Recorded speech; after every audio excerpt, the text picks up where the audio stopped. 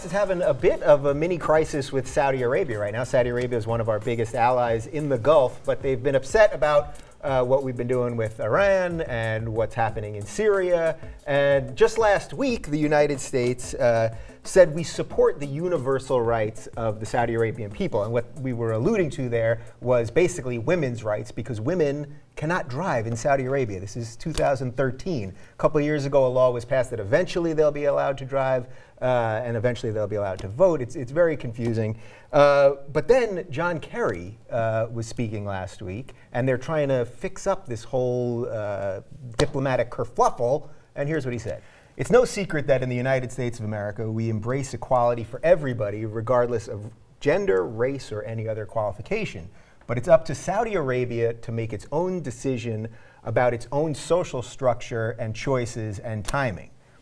Okay, I basically am on board that. The United States should not be dictating to the world how they're allowed to run their internal affairs. That seems to be why everybody hates us. But it does seem kind of weird to me that in 2013, with a country that's considered an ally of ours, we're not allowed to say to them, maybe women should just be equal. Like women having equality doesn't even seem like a real issue to me. Should we have no influence whatsoever in a country's domestic affairs? I hope that we have influence, and I think we should have influence. I mean, if you look at the global community, and just look at videos that are going viral of women who are risking themselves, and they're getting behind the wheel, and people are loving it. Even men dressing up as women are getting behind the wheel and driving, and people are wanting to watch it. But just recently, a woman was driving out of Kuwait into Saudi Arabia with her diabetic father that she was trying to get to the hospital. She was arrested. She was detained as she was crossing the border, even though she had a real purpose to be behind the wheel of that car. You hope that things like that, and that if the global community and the United States, if we get in on that dialogue, you would hope that we would have an impact. And I think that we should not just sit the fence, but with a lot of this has an economic impact. And that's one of the things they're hedging their bets, I guess. They're watching out because we have an economic interest in Saudi Arabia, and I would imagine that is why this is so. So you think it might have something to do with oil? I think you were trying to say oil there. What do you think? Should we have any influence? She was arrested, that woman. No, that woman, not you, Beth. That woman that was arrested. I was the one driving. She did not wave when someone let her into a lane. So that's why. So it was a driving technicality. Well, you should be arrested. If you don't wave and I let you in, God, there better be a police cop. A signal, a tip of the hat. Some sort of thank you. Yeah. But I think that it is obviously politically driven, and there is a part of me that, as a chick, contrary, go, you crazy I know, right? Chick, contrary to what people are saying, I am a chick. Yeah, I'd like to see women not have to wear the burqa. I know, but they can't drive in that burqa. Have you seen some of them?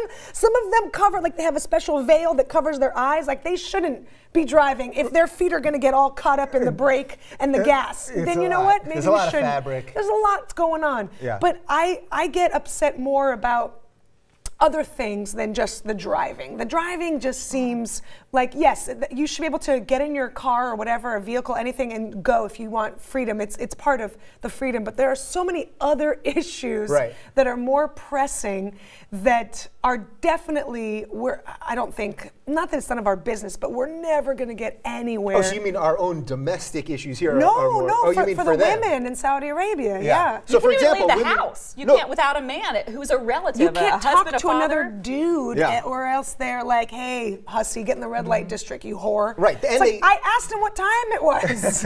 Well, they just let them vote. They say in a year or something, but they still can't drive to the polling place. They can't, So it's just such a series of things. And they can't go without a male chaperone.